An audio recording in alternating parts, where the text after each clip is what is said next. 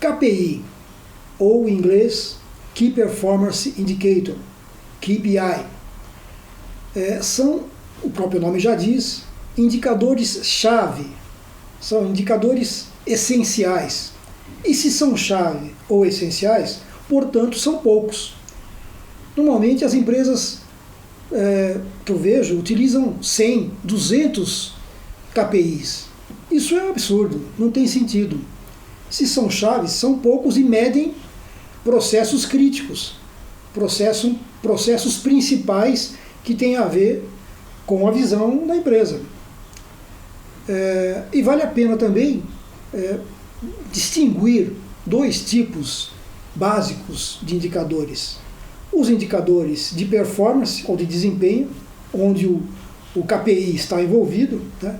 Porque KPI em inglês é Key Performance Indicator, ou seja, desempenho, e os RIs ou os KRIs, que são os indicadores de resultado, ou os indicadores-chave de resultado.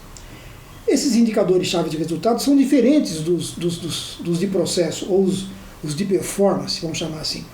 Os de resultado, os KRIs ou os RIs, são os que medem um conjunto de atividades, uma somatória de atividades, e que normalmente não são utilizados para melhorar especificamente um processo.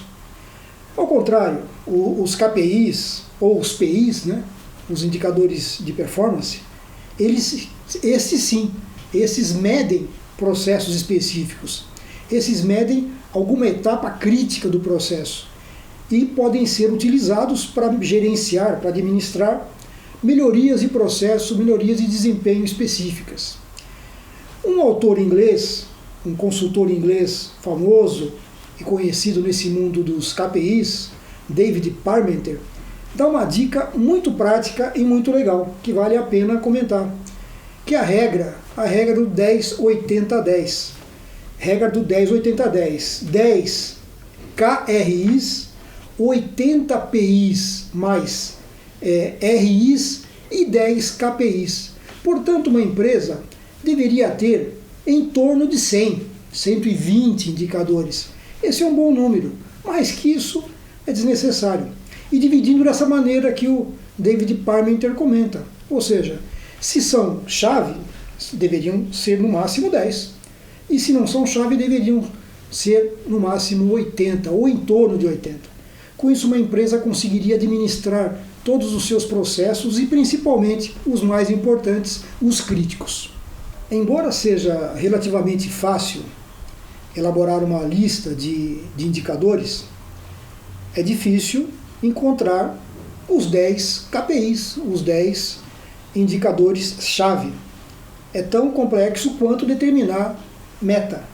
Então, indicador e chave e meta são coisas complexas realmente, que devem ser estudadas de uma maneira mais profunda numa organização. Encontrar um indicador-chave é principalmente encontrar o processo-chave, ou o processo que tem a ver, ou os processos que tenham a ver com a visão de futuro da empresa. Encontrar um KPI é como descascar uma cebola. Aquele núcleo, né, o núcleo da cebola é que é o KPI. As camadas externas da cebola serão PIs, ou indicadores de processo.